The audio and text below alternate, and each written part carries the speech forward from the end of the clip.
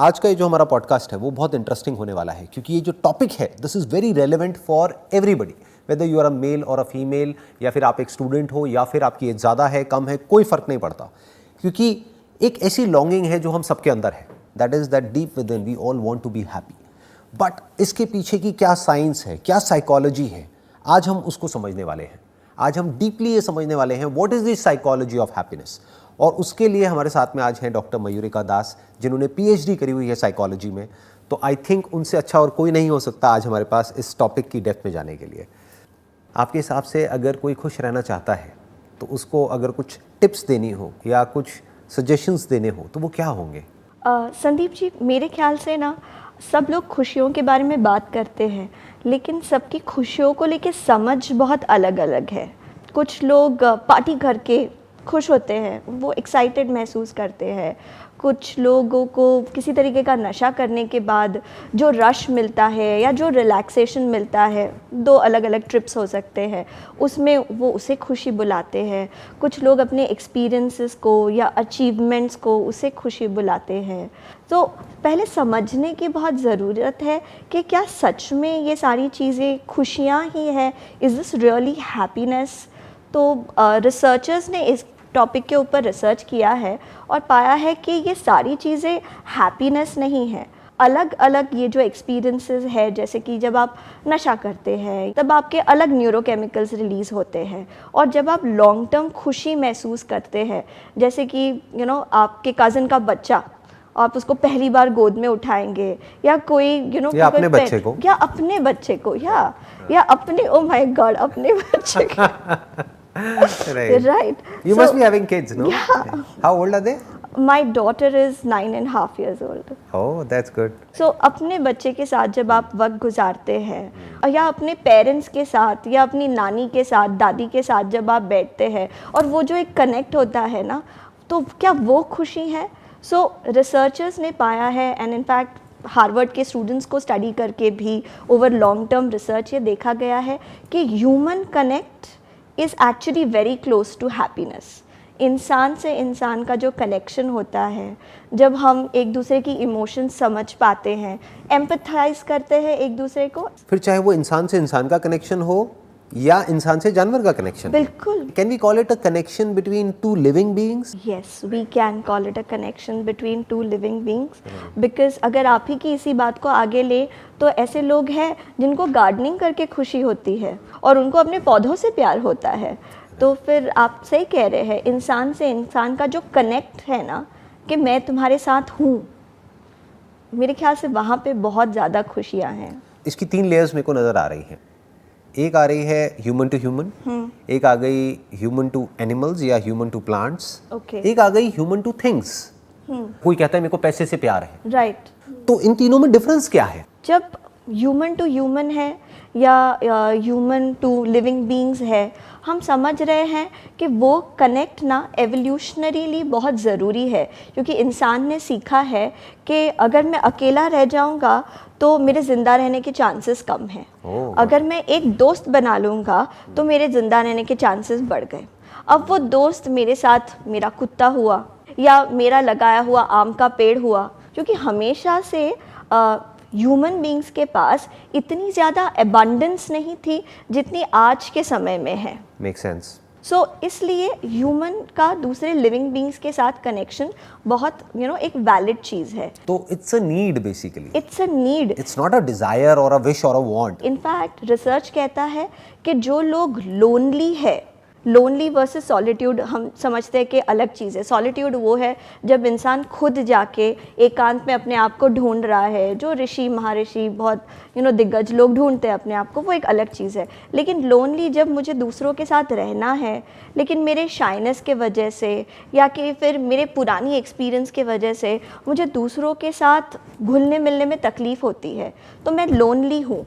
Lonely लोगों का दूसरे लोगों के कंपैरिजन में बीमार होना ज़्यादा होता है, उनका सर्वाइवल भी कम होता है, नंबर ऑफ़ ईयर्स उनके कम होते हैं। तो आप सही कह रहे हैं कि ये हमारे बायोलॉजिकल नीड है कि हम दूसरे इंसानों से कनेक्टेड रहे। अगर आपकी बात को मैं थोड़ा सा और आगे बढ़ाऊँ तो ये हम 3 कैटेगरी सोच रहे थे, बट एक्चुअल में 2 कैटेगरीज हैं। एक है जो भी कुछ हमारे सर्वाइवल से कनेक्टेड है, जैसे लोगों के साथ हम रहना चाहते हैं, क्यों? क्योंकि we feel safe, we feel secure. Yes, जानवरों के साथ में जो हमारे पेट होते हैं, हाँ। उनके साथ में भी फील के एटलीस्ट हमारे पास में कोई है, हमारे साथ में कोई है, कि फॉर एग्जांपल रात को मैं सो रहा हूँ कहीं किसी जंगल में, तो मेरा पेट है मेरे साथ में, अगर कोई आया तो वो मुझे बचाएगा। ऐसे ही एक पेड़ है हमारे घर में, तो वो मेरे को ये सिक्योरिटी दे रहा है कि कल को अगर मेरे पास में खाने को कुछ भी नहीं हुआ तो उस पेड़ से मैं तोड़ करके खा सकता हूँ। बिल्कुल। घर के पास में नदी बह रही है, वहां से मैं पानी पी सकता हूँ। तो there are things which are connected to survival. Right. But गाड़ी तो हमारे सर्वाइवल से कनेक्टेड नहीं है, गाड़ी को तो Right. नाम खाएंगे ना पिएंगे, तो Right. वहां पे इतनी ज्यादा अटैचमेंट क्यों है? उसको हम क्या कहेंगे? मेरे ख्याल से वो ना कहीं पे सोशल वैलिडेशन से रिलेटेड है। अब आप सोचिए कि आप किसी हिमालय में रहते हैं और वहाँ पे आपके पास बड़े बड़े गहने हैं, अब आप अपने गहने पहन के कितना घूमेंगे आप बताइए? कोई सुबह से लेके शाम तक आपको मिलता नहीं है। हाँ, फिर वो जो भालू है उसका तो इंटरेस्ट आएगा नहीं, वो कहेगा ये क्या है, बल्कि वो और अट्रैक्ट हो जाएगा राइट खाने के लिए। तो वो गहने दिखाने के लिए आपको दिल्ली आना पड़ेगा, सोशलाइट पार्टीज में जाना पड़ेगा और फिर जाके बोलना पड़ेगा ये हमने अभी अभी फलाना ज्वेलर से लिया है। राइट। तो क्या होता है, हम सोशल वैलिडेशन के पीछे भाग रहे हैं जब हम सामान के पीछे जा रहे हैं। क्योंकि अगर आज के टाइम पे आप इंस्टाग्राम खोलेंगे, और ये चीज़ तो मैं बहुत देखती हूँ, जैसे बहुत सारे यंग लोग कॉन्स्टेंटली इंस्टाग्राम पे स्वाइप कर रहे हैं, लाइक कर रहे हैं। वो क्या लाइक कर रहे हैं?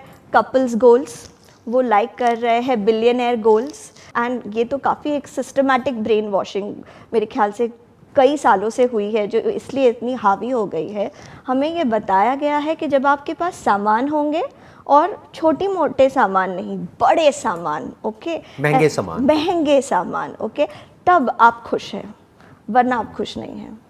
बट यहाँ पे एक बहुत इंटरेस्टिंग पॉइंट निकल करके आया। इनफैक्ट हमने इसको शुरू यहाँ से किया था कि ये 3 है, फिर 3 से हम 2 पे आए, कि which is connected to survival and which is not connected to survival. But अगर हम ध्यान से देखें तो ये 2 भी नहीं है, ये एक ही है। क्योंकि अगर इसको रूट लेवल पे कनेक्ट करें तो जो आप वैलिडेशन वर्ड यूज कर रहे हैं, अल्टीमेटली जो डीप विद इन जो नीड है उस इंसान की, वो है to connect with other people. क्योंकि वही बात हो गई ना, जंगल में जा करके कोई गहने तो पहनेगा नहीं। अब वो गहने क्यों पहन रहे हैं? क्योंकि उनको ये लगता है शायद ये गहने पहनने से, या ये बड़ी गाड़ी की वजह से, या बड़े घर की वजह से मेरे साथ में लोग ज्यादा जुड़ेंगे। राइट।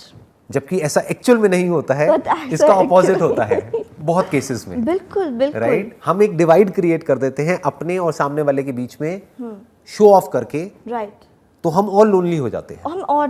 तो ये एक गलत अंडरस्टैंडिंग है बेसिकली। बिल्कुल। क्योंकि अगर कोई हमारे पैसे को देख करके हमारे साथ में जुड़ भी रहा है, तो उसको हमारे पैसे से प्यार है, हमसे एक्चुअल में प्यार नहीं है। बिल्कुल। अब आपके पास देखिए करोड़ों फॉलोअर्स हैं, लेकिन जब आप बीमार होते होंगे या जब आप दुखी होते होंगे, तो आपके दुख को देख के, आपकी तकलीफ को देख के, सच में अगर किसी का दिल दुखता होगा तो वो आपके परिवार वाले ही होंगे, आपकी मम्मी ही होंगी, आपके आपकी वाइफ होंगी, साथ वाले ही होंगे। जबकि आपको Sandeep I love you, Sandeep you are the best, you are most amazing, ये लोग जितने आसानी से आपकी तारीफ़ करते होंगे, उतने ही आसानी से एक छोटी सी बात पे आपसे नाराज़ भी हो जाएंगे। बट जो मेरे साथ में जुड़ रहा है या जुड़ रही है तब से, जब मेरे पास में कुछ भी नहीं था, हाँ, या उसको इससे फर्क भी नहीं पड़ता कि मेरे पास में क्या है क्या नहीं है। बिल्कुल। जैसे मेरी जो वाइफ है, हम तब से साथ में हैं जब मेरे पास में स्कूटर भी नहीं था, फिर उसके बाद मैंने स्कूटर खरीदा तो स्कूटर पे हम साथ में। वो भी क्या मेमोरीज होंगी ना। एब्सोल्युटली। अब आप बताइए कि अब आप बड़े वीआईपी से मिलते होंगे, लेकिन उनमें से कितनी मेमोरीज आपको याद रहती है वर्सेस वो स्कूटर वाली मेमोरी आपके साथ रह गई।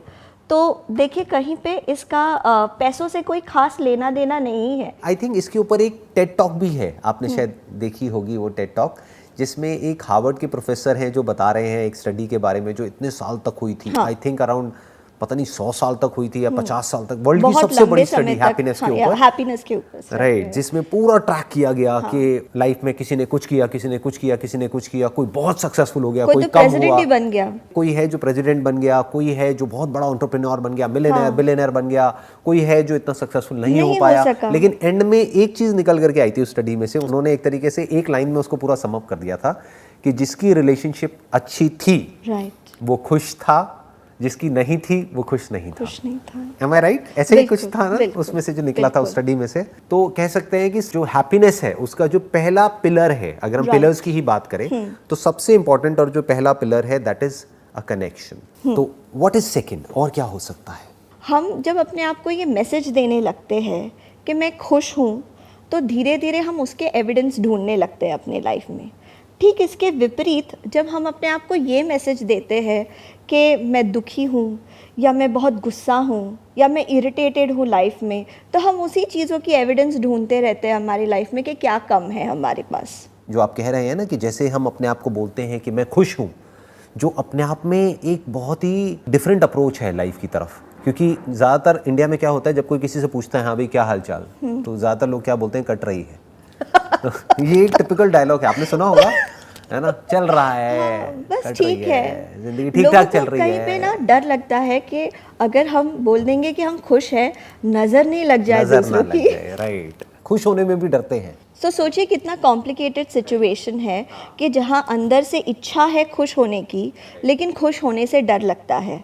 तो फिर हम सोचते हैं अभी खुश होने से पहले ना मैं इंश्योर कर लूँ कि ये खुशी कभी नहीं जाएगी। तो इंश्योर करने के लिए क्या करना है, बिलियनर गोल्स लेने हैं। जब मैं करोड़पति बन जाऊंगा तब मैं खुश होऊंगा, या फिर जब मेरी किसी करोड़पति से शादी हो जाएगी या करोड़पति की बेटी से, तो तब जाके हम खुश होंगे। सो हम इंश्योर करने की कोशिश कर रहे हैं ये कि परमानेंट खुशी हो जाए जाए, ही कि नहीं। खुशी जाए ना। मतलब बेसिकली हर कोई डीप विद इन एक ऐसी स्टेट को ढूंढ रहा है through some kind of an achievement, Right. या through some kind of a status Right. और मनी और पावर या पोजीशन या कुछ भी, कि कोई एक ऐसी कोई चीज़ हमको मिल जाए हमारे पास में जो कि कोई हमसे ले ना सके, कोई छीन ना सके, और वो परमानेंट हो जाए। और वो जबकि permanent ऐसा हो एक्चुअल में होता नहीं है। नहीं। क्योंकि अगर हमको खुशी को एक्चुअल में परमानेंट करना है तो हमको आज से शुरू करना होगा, Right. आने वाले कल में नहीं। क्योंकि अगर हम आज खुश नहीं हो पाए तो ये आज तो कभी जाने वाला है नहीं। Right. 10 साल बाद, 20 साल बाद भी आज ही होगा। हाँ, आप ज़रूर मिले भी होंगे ऐसे लोगों से जो कहते हैं आज मैं बहुत हंसी हूँ ना, अभी मुझे रोना पड़ेगा। Right, I know. और ये कहीं ना कहीं इंडिया में मैंने देखा है कि बचपन से ये डायलॉग हम सबने सुने हैं। हाँ। मतलब मैंने भी अपने घर में बहुत सुना है कि ज्यादा खुश मत हो। हाँ। है ना, ये बड़ा एक टिपिकल एक डायलॉग नहीं है, ज्यादा खुश होने की जरूरत नहीं है, ज़्यादा खुश होने अभी की इतना ही तो हुआ है, हाँ। इससे क्या होता है, ज़रूरत- अभी तो इतना और होना बाकी है, और होना जब वो हो बाकी जाएगा है। तब खुश होइयो। Right, मतलब हम हमेशा कहीं ना कहीं पोस्टपोन करते रहते हैं अपनी खुशी को। तुमको सिर्फ 90% ही तो मिला है, हाँ। कौन सा आईआईटी का एडमिशन मिल गया। 90% में क्या कर लिया तूने, वो देख, उसको देख, उसके 99% आए हैं, हाँ। तेरे सिर्फ 90 आए हैं, ज्यादा खुश होने की जरूरत नहीं है। राइट। तो अब मेरे को एक बड़ी इंटरेस्टिंग स्टडी याद आ रही है आपकी इसी बात से, जो कुछ रिसर्चर्स ने मिल करके करी थी। उन्होंने क्या किया कि एक ग्रुप को 3 पार्ट्स में डिवाइड कर दिया। जो ग्रुप 1 था उसको बोला कि आपको लिखना है कि पिछले हफ्ते में ऐसा क्या है आपकी लाइफ में जिसके लिए आप थैंकफुल हो। आपने कहीं ना कहीं पढ़ी होगी इस स्टडी के नहीं, बारे में, ये सुना होगा। मुझे याद नहीं आ रही, लेकिन आप प्लीज बताइए। बट बड़ी इंटरेस्टिंग है ये, कि मतलब जो भी हम बात कर रहे हैं, जो भी आप कह रहे हैं, जो भी हम डिस्कशन कर रहे हैं, that is not just a point of view, that is scientifically proven. Right. उन लोगों ने क्या किया कि उन्होंने लिखा कि पिछले हफ्ते में ऐसा क्या हुआ मेरे साथ में, 5 चीजें, 5 things that I am thankful for. Right. और ऐसे ही दूसरे ग्रुप को बोला कि आप लिखो कि 5 biggest challenges in your life in the last 1 week. और बाकी जो तीसरा ग्रुप था उनको बोला आप कोई भी 5 चीजों के बारे में लिख दो। फिर बाद में 10 हफ्तों बाद जब इसके ऊपर स्टडी किया तो ये निकल करके आया कि ये जो ग्रुप 1 था जिसने लिखा कि 5 चीजें वो जो पिछले हफ्ते में which I am thankful for, Right, gratitude list. they were much more happier than the other 2 groups. Than the other 2 groups. Close to around 25%, Right. to put it in exact numbers. सिर्फ 10 हफ्तों बाद, मतलब 2.5 महीने के अंदर अंदर सोचिए, वो 25% बढ़ सकती है खुशी। तो सोचो 1 साल में क्या हो सकता है। सोचिए 1 साल में क्या हो सकता है। ये तो हम होमवर्क में भी कई बार क्लाइंट्स को देते हैं कि आप एक ग्रैटिट्यूड लिस्ट बनाइए, उसे मेंटेन कीजिए। देखिए, शुरुआत में आप ग्रैटिट्यूड लिस्ट बनाने लगेंगे तो आपको 4-5 चीज़ों के बाद कुछ सूझेगा ही नहीं। लेकिन जब आप अपने आप को फोर्स करते हैं, नहीं कैसे भी करके मुझे 50 लिखने ही है, तो फिर आपको अपनी एजुकेशन याद आती है, आपके हाथ पैर याद आते हैं, कोई अनुभव अगर आपके साथ हुआ है, हो सकता है आप धीरे धीरे ऐसे जगह पे पहुँचे जहाँ पे जो आपके साथ बुरा हुआ है इसके लिए भी आप धन्यवाद देंगे अपने भगवान को या इस सृष्टि को कि वो नहीं हुआ होता ना मेरे साथ, तो आज मेरे साथ ये अच्छा नहीं होता। सो धीरे धीरे हम अच्छी चीज़ों के ऊपर ध्यान लाना शुरू कर देते हैं। बात ऐसी ही है कि अगर आपके एक दांत में दर्द है, आप डेंटिस्ट के पास जाते हैं, डेंटिस्ट बोलता है दांत निकालना पड़ेगा, दांत निकाल दिया। अब जब वो दांत नहीं है तो हाँ, शुरुआत में ज़बान बार बार हमको याद दिलाती है, देख के दांत गया ना, ज़बान ये वहीं तो- जाती है। हाँ, ज़बान बार बार वही जाती है। लेकिन उसका मतलब ये तो नहीं आप खाना खाना छोड़ देते हैं। हम खाना खाते हैं ना, जो चीज़ें हमारे पास है उसी का इस्तेमाल करके हम ज़िंदगी में आगे बढ़ते हैं। तो ये ग्रैटिट्यूड लिस्ट इसी तरीके से मदद करती है कि जो चीज़ें हमारे पास है हम उनको कॉन्शियसली उनके बारे में अवेयर हो जाए, उनके बारे में ज़्यादा प्लेजेंट फील करे और बोले कि हाँ, ये तो सच में बहुत वैल्यूबल चीज़ है जो मेरे पास है। तो इस तरीके से हम अपनी खुशियों को बढ़ा सकते हैं। आपने एक बहुत अच्छी बात कही थी कि अगर हमें खुश होना है तो आज में होना है, क्योंकि कल भी जब खुशी आएगी, जब जिस कल का इंतज़ार कर रहे हैं वो कल भी तो आज ही बनेगा ना। अगर हमें आज में खुश होना नहीं आता तो हम कैसे खुश होंगे? उसके ऊपर ना मैं अपनी एक ऑब्जर्वेशन आपके साथ शेयर करूँगी। प्लीज़। मैंने देखा है, हम किसी बड़े मॉल में जाते हैं, ओके, और वहाँ पे हमें दो किस्म के लोग नज़र आएंगे। कुछ ऐसे लोग जो मॉल में जा रहे हैं, चल रहे हैं एक बहुत ही स्टॉइक अपीयरेंस के साथ, यानी कि उनके चेहरे पे कोई ख़ास एक्सप्रेशन नहीं है, हम आसानी से खुश नहीं होते हैं, ये डजंट इम्प्रेस मी। और एक और कैटेगरी ऑफ लोग होते हैं जो सारी चीज़ों को बड़ी बड़ी आँखों से देखते हैं, वो उन चीज़ों को ख़रीद नहीं सकते, लेकिन फिर भी मॉल की रोशनी देखकर, वो एस्केलेटर लिफ्ट देख के, वहाँ पे सबसे सस्ता खाना देखकर, उसे ख़रीद पाकर वो बहुत खुश हो जाते हैं। So happiness is less to do with what you have and it's more to do with what's your perspective about What you have got. Yes. मतलब आपका ध्यान कहाँ है कि जो आपके पास में है या जो आपके पास में नहीं है। जो आपने दांत वाला एग्जांपल दिया, हाँ। कि जो दांत आपके पास में नहीं है वहां पर आपकी जीभ जा रही है या आपकी जीभ जा रही है, बाकी के जो दांत है उसको फील कर सकते हो ना अगर चाहो तो, हाँ, कि अभी ये तो सलामत है, ये भी कल जा सकते हैं लेकिन अभी तो है। हाँ, अभी तो है। Right. दुनिया में कोई चीज़ ऐसी परमानेंट नहीं है, सुना है। इनफैक्ट इसके ऊपर एक बहुत ही इंटरेस्टिंग एक एक्सरसाइज हम उसको बोल सकते हैं या एक हैबिट बोल सकते हैं जिसको मैं खुद अपनी पर्सनल लाइफ में फॉलो करता हूँ। What I do is every day in the morning I just ask my self a simple question, what's good in my life. फिर क्या होता है कि अपने आप ही हमारा जो ध्यान है वो ऐसी चीज़ों की तरफ जाने लग जाता है जो भी कुछ हमारे पास में अच्छा है, राइट, वो दिखने लग जाता है। वो दिखने लग जाता और ज़्यादातर लोग क्या करते हैं, जो जाने अनजाने अपने आप से कुछ ऐसा सवाल पूछ लेते हैं जो मैंने देखा है बहुत कॉमन है अपने रिलेटिव्स में, फ्रेंड्स में, आपने भी देखा होगा अपने पेशेंट्स में, कि मेरे साथ में ऐसा क्यों हो रहा है। आप समझिए, ये कितना कॉमन है ना इंडिया में, भगवान मेरे साथ में ऐसा क्यों कर रहा है, मेरे साथ में इतना बुरा क्यों हो रहा है। सो अल्टीमेटली क्या हो रहा है कि उन्होंने एक ऐसा क्वेश्चन पूछ लिया है, उसका एंड रिजल्ट दुखी होने वाला है क्योंकि वो नेगेटिव ही होगा, क्योंकि वो असल में एक पॉजिटिव हो ही क्वेश्चन नहीं नहीं सकता। है। हाँ। वो एक्चुअली क्वेश्चन के रूप में एक छुपा हुआ स्टेटमेंट है और एक बिलीफ सिस्टम है। इट इज़, मेरे साथ ये बुरा होना ही नहीं चाहिए, मुझे प्यार में धोखा मिलना ही नहीं चाहिए, मेरे पार्टनर ने मुझे कभी झूठ बोलना ही नहीं चाहिए। हमें लगता है कि ये सवाल है कि इसने मुझे झूठ क्यों बोला, मुझे पैसों का लॉस क्यों हो गया, इतना सब बुरा मेरे साथ ही क्यों होता है। हम एक्चुअली कह रहे हैं कि ये सारी बुरी चीज़ें मेरे साथ होनी ही नहीं चाहिए, और ये हमारी एक बहुत एक रिजिड बिलीफ हम इसको बोलते हैं, एक स्ट्रॉन्ग डिमांड है कि चीज़ें ऐसी ही होनी चाहिए जैसा मैं चाहता हूँ या जैसा मैं चाहती हूँ वैसा ही मेरे साथ में होना चाहिए। Right. लाइफ मेरे हिसाब से चलनी चाहिए, सब मेरे हिसाब से चलनी चाहिए, ये पूरी दुनिया मेरे हिसाब से चलनी चाहिए। Yeah. जैसे मैंने एक और एक डायलॉग सुना है और बहुत कॉमन एक क्वेश्चन है जो मेरे ऑलमोस्ट हर सेशन में कोई ना कोई पूछता है, अच्छे लोगों के साथ में बुरा क्यों होता है। अगर आप इस क्वेश्चन को और समझने की कोशिश करेंगे तो बेसिकली वो क्या कर रहे हैं, उन्होंने एक लाइन ड्रॉ कर दी है, अच्छा और बुरा। Right. अच्छा कौन, मैं, दुनिया मतलब बुरी, बाकी right. सब बुरे हैं बाकी सब और मैं अच्छा हूँ, Right. या मैं अच्छा हूँ मेरी बीवी बुरी है। राइट। सो अच्छा कौन है ये भी हम डिसाइड करेंगे, हमको क्या मिलेगा ये भी हम डिसाइड करेंगे। Right. तो हम अपने आप को एक भगवान जैसी रिस्पॉन्सिबिलिटी दे रहे हैं। हाँ। हम इंसान हैं, भगवान की रिस्पॉन्सिबिलिटी क्यों लेने जा रहे हैं। Right. इंसान हो के भगवान की रिस्पॉन्सिबिलिटी लेंगे तो दुखी होना है। और शायद यही वजह है, इसीलिए बहुत सारे लोग दुखी रहते हैं, क्योंकि जाने अनजाने हम अपने आप से इस तरह के क्वेश्चंस पूछने लग जाते हैं जिसका आउटकम हमको दुख की तरफ लेकर के जाएगा।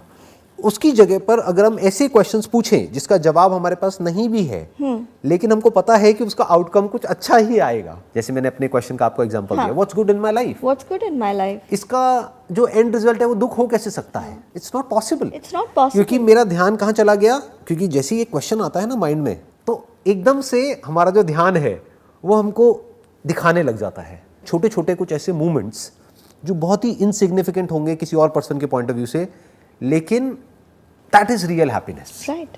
इनफैक्ट काउंसलिंग में भी हम लोगों को एक्सरसाइज देते हैं कि आप ना पहले अपने विचारों को लिखिए, क्योंकि विचार पता ना तो लगे गोल अंदर गोल चल क्या घूमते रहा है। रहते हैं। राइट। हमें ऐसा वो लगता एक है loop हम बन जाता घंटों है। तक विचारों में डूबे हुए हैं, लेकिन अगर हम उन्हें लिखने जाएंगे तो आधे पेज में खत्म हो जाएंगे। क्योंकि वो रेपिटेटिव होते हैं। हाँ, क्योंकि वो रेपिटेटिव होते हैं। तो एक बार आप लिख लो और उसके बाद जैसे कि आपने कहा, उसके बाद सही सवाल पूछना, what's good in my life, ये जो मैं सोच रहा हूँ कि यार मेरे साथ तो कुछ अच्छा होता ही नहीं है, अगर हम ऐसे विचार ला रहे हैं, इज़ दैट रियली ट्रू, मतलब क्या ये रियलिस्टिक सोच है?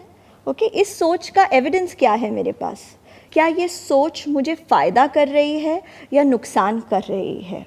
तो अगर नहीं मेरे लिए बेनिफिशियल है, जैसे मैं उसके बगैर जी नहीं पाऊँगा, जैसे हम ऐसा ना दिल टूटने के बाद कहते हैं हम उसके बगैर जी नहीं पाएंगे, तो लिखने के बाद सच में पूछना, is this realistically true?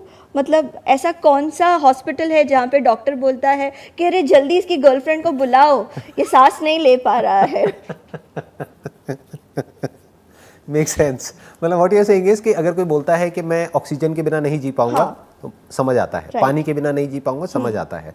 But मैं अपनी गर्लफ्रेंड के बिना नहीं जी पाऊंगा या बॉयफ्रेंड के बिना नहीं जी पाऊंगी, नहीं जी मैं तो मर जाऊंगा, मैं तो मर जाऊंगी। ये डायलॉग हमने ओल्ड एज में भी बहुत सुना है कि अगर आपको कुछ हो गया तो पता नहीं मेरा क्या होगा, मैं तो जी नहीं पाऊंगी एक दिन भी। उसके बाद में वो मरते ही नहीं है।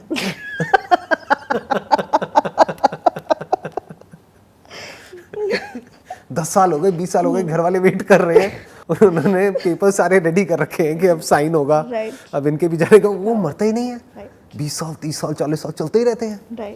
कि मतलब एक दोनों में से, कपल में से एक चला गया मान लो 60 साल की एज में, दूसरा अपना 90 हो गई, फिट है, बढ़िया चल रही है।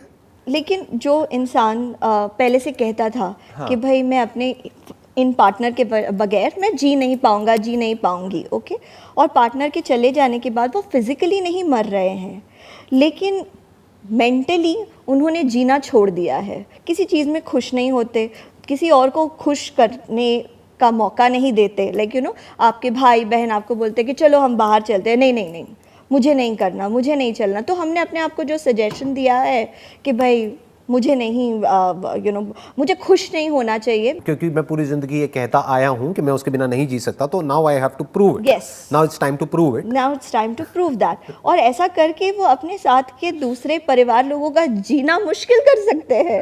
मतलब पहले वो कह रहे थे हम नहीं जी पाएंगे, अब वो दूसरों का जीना मुश्किल कर रहे हैं। तो इट्स बेटर कि अपने आप को ऐसे झूठ मत बोलो, जो बोलो रियलिटी के बेस पे सच बोलो। सो तकलीफ होगी लेकिन हम सह सकते हैं। क्या होता है, हम अपने आप को कह देते हैं कि हम ये तकलीफ नहीं सह पाएंगे, ओके, ये हमने पहले एक सजेशन दे दिया, हम ये तकलीफ नहीं सह पाएंगे। तो फिर उसको अगर नहीं सहना है तो हमें बोलना पड़ेगा कि अब ये तकलीफ होनी ही नहीं चाहिए किसी भी हालत में। मैं अगर किसी से प्यार करता हूँ तो वो इंसान मरना ही नहीं चाहिए, या उसने मुझे छोड़ना ही नहीं या चाहिए, उसने मुझे छोड़ना ही नहीं चाहिए, बिल्कुल। और मुझे ये तकलीफ नहीं होनी चाहिए, इसलिए मैं एड़ी चोटी का जोर लगा देता हूँ to control the world around me. अगर हम चाहते हैं हमारा पार्टनर, गर्लफ्रेंड, बॉयफ्रेंड हमको छोड़ के नहीं जाए, तो हम उसके चैट्स चेक करने लगते हैं, लाओ तुम्हारा फ़ोन लाओ, और फिर हम उसको बोलते हैं लोकेशन शेयर करो, कहाँ पे हो, हम उसके ऊपर नज़र रखने की कोशिश करते हैं। तो पॉजेसिवनेस की भी यही जड़ हो गई ना, जिसकी आप बात कर रहे हैं। right. जैसे माँ बाप भी कई बार अपने बच्चों को लेकर के बहुत ज़्यादा ओवर प्रोटेक्टिव, ओवर पॉजेसिव हो जाते हैं। अगर तुमने मेरा नाम रोशन नहीं किया तो मेरी तो ज़िंदगी खराब। जबकि एक्चुअली उनका नाम नहीं है। नहीं है। क्योंकि अगर होता तो रोशन करने की जरूरत क्या थी? अपने बेटे पे क्यों वो बर्डन डालते? सोचने वाली बात है। वो बर्डन डाले। तो ये पॉइंट बहुत इंटरेस्टिंग है जो अभी आपने बोला कि होता क्या है कि हम अपने आप को ही इस तरीके से झूठ बोलते रहते हैं, उस झूठ को कभी भी क्वेश्चन नहीं करते हैं बेस्ड अपॉन रियलिटी। तो होता क्या है कि एक ऐसा पॉइंट आ जाता है कि जब हम बोलने लग जाते हैं कि ऐसा होना ही नहीं चाहिए, अब फिर उसके बाद में नेक्स्ट स्टेज आती है जब हम बोलते हैं कि अगर ये नहीं हुआ तो जीने में ही कुछ नहीं पड़ा है, हाँ, हम सह इससे नहीं बेटर तो मरना है, सकेंगे। हम सह ही नहीं पाएंगे। Right. और फिर एक्चुअल में ऐसा होता है कि वो नहीं सह पाते। राइट। अब वो हुआ किस वजह से? क्योंकि कुछ साल पहले उन्होंने अपने आप को एक झूठ बोल दिया था। यहाँ पे एक और कंपोनेंट है जो मेरे ख्याल से टच अपॉन करना चाहिए।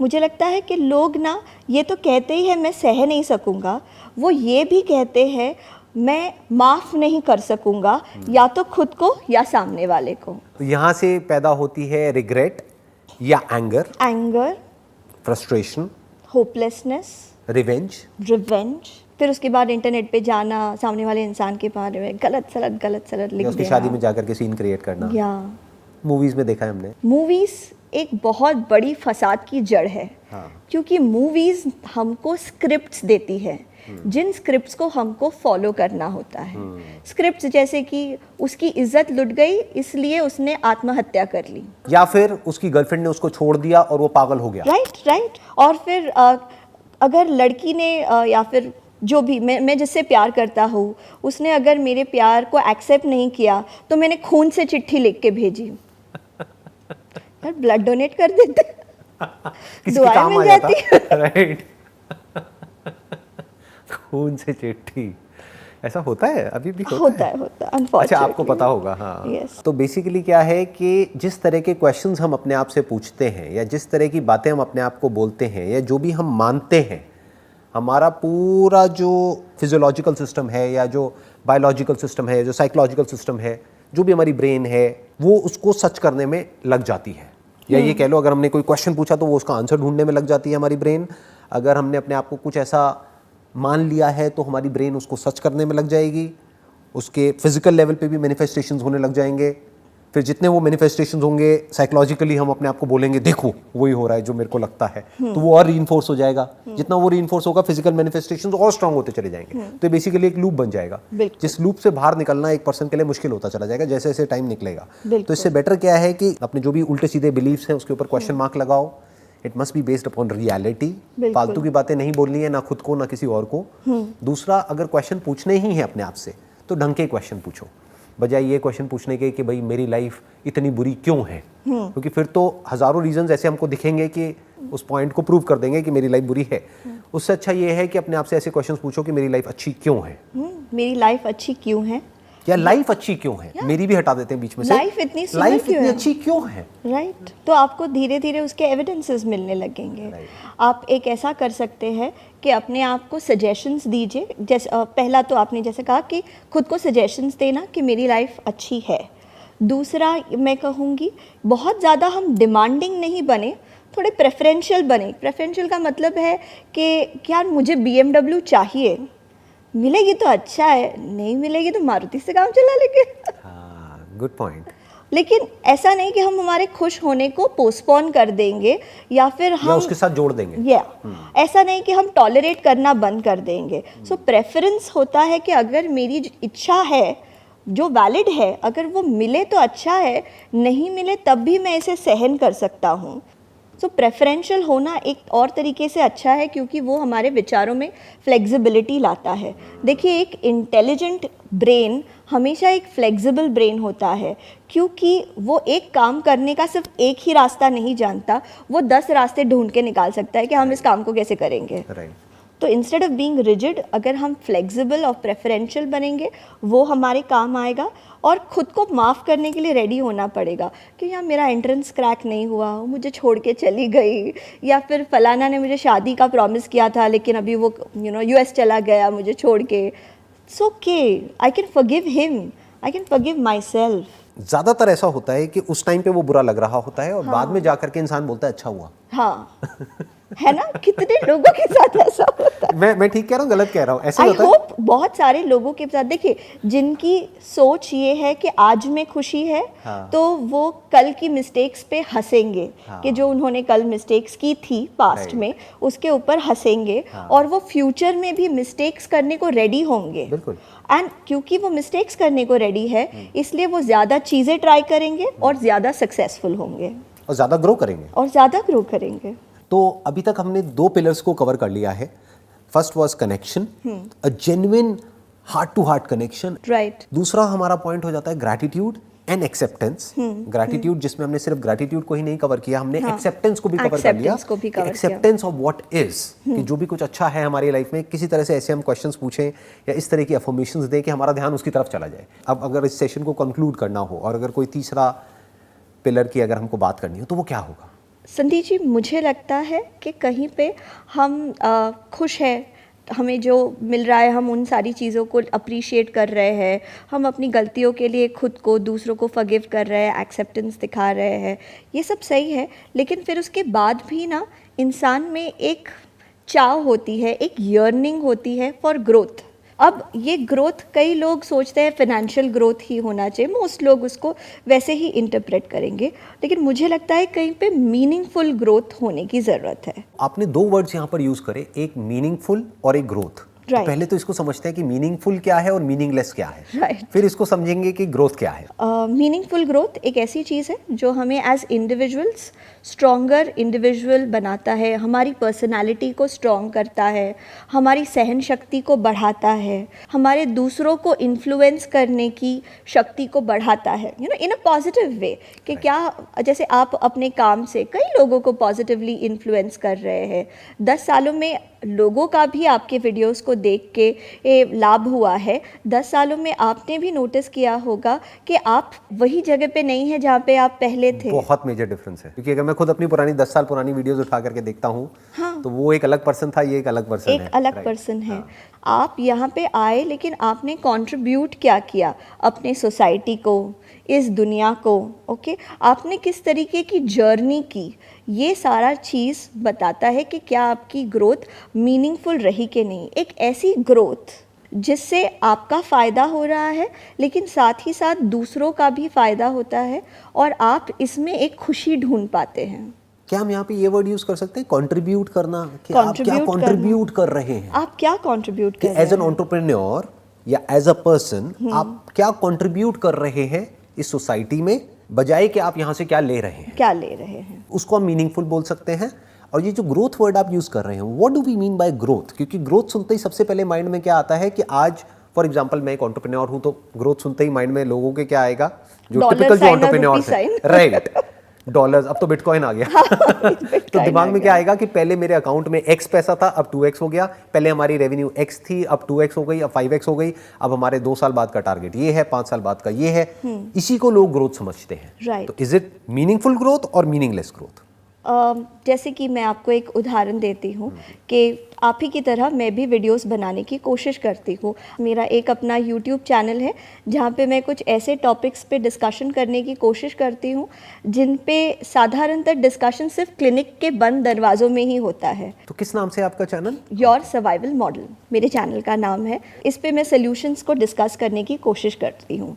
तो अभी अगर मैं आपसे कहूँ कि मैं 2000 सब्सक्राइबर पे हूँ और आप 2 करोड़ सब्सक्राइबर के पास है, ओके। अब अगर मैं अपने दिमाग में ये सोचती रहूं कि यार कब अपने को वो डायमंड बटन मिलेगा, कब, ये मीनिंगफुल ग्रोथ नहीं है। मीनिंगफुल ग्रोथ होगा कि जब मैं अपने हर वीडियो पे एक रियल सोल्यूशन देने की कोशिश करूं उस व्यक्ति को जो अपने वैल्यूबल 5 मिनट या 10 मिनट मुझे दे रहा है।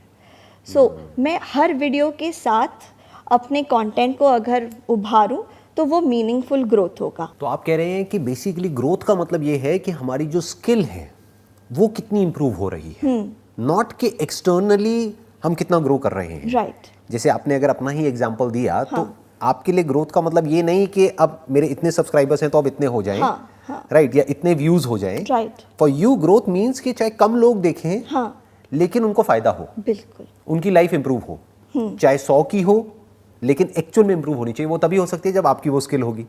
तो जब आपकी स्किल जैसे जैसे बढ़ती रहेगी तो लोगों को भी और फायदा होता चला जाएगा। कोई भी स्किल हो किसी भी तरह की जिसको हमको मास्टर करना है, it takes hours and hours of practice. सिर्फ प्रैक्टिस ही नहीं, आपने प्रैक्टिस तो एक बहुत बढ़िया चीज़ कही कि वो प्राइमरी चीज़ है। अगर आप किसी भी चीज़ में अच्छा होना चाहते हैं तो आपको प्रैक्टिस लगेगी। लेकिन आपको साथ ही साथ constructive criticism of an expert भी लगेगी। और हमें कंस्ट्रक्टिव क्रिटिसिज्म बिल्कुल नहीं अच्छी लगती। Right. जो ना टीचर ने हमारा 1 मार्क काट दिया, हम लड़ने झगड़ने पहुंच जाते हैं कि आपने क्यों मेरा 1 मार्क काट दिया। तो हम ज़रा भी क्रिटिसिज्म नहीं ले पाते, तो फिर हमारा मीनिंगफुल ग्रोथ कैसे हो पाएगा। कंस्ट्रक्टिव क्रिटिसिज्म का लिंक किससे है? अगर हम इमोशनल होकर के उसको सुनेंगे तो हमको गुस्सा आएगा, बट अगर थोड़ा इंटेलिजेंस के साथ में सुनेंगे तब भी थोड़ा सा बुरा तो लगेगा। हाँ, बुरा तो क्रिटिसिज्म लगेगा। सभी को बुरा लगता है, राइट। बट वो हमारी ग्रोथ के लिए अच्छा है। Right. तो वो जो टेम्पररी हमको प्रॉब्लम हुई, यानी कि बुरा फील हुआ, उसी से होकर के हमको गुजरना पड़ेगा यस। अगर हम एक्चुअल में मीनिंगफुल ग्रोथ के रास्ते पे चलना चाहते हैं। राइट। तो जिंदगी को अगर कोई एक्सप्लोर करे, अलग अलग जितने भी जिंदगी के डायमेंशंस हैं, राइट। जिसमें से कुछ हमने आज टच करे हैं Right. इस पॉडकास्ट में, राइट। इस तरह से अगर कोई जिंदगी को एक्सप्लोर करे हर एक डायमेंशन के पॉइंट ऑफ व्यू से, तो जिंदगी बहुत बड़ी है, बहुत अच्छी है और खुश होना बहुत आसान है। अच्छा। जैसे आप कहते हैं आसान है। On this note, let's end this podcast. Thank you so much. Most welcome and it was a pleasure talking to you. मुझे The बहुत कुछ pleasure सीखने को was मिला all आपसे mine. आज यहाँ पर। सीरियसली मुझे बहुत कुछ सीखने को मिला आपसे। ये तो मेरे लिए बहुत बड़ी बात हो जाएगी, मेरे ख्याल से मेरे जीवन के सबसे हाई पॉइंट्स में से एक होगा। Thank you so much. Thank you so much for most having me welcome जी। ओवर।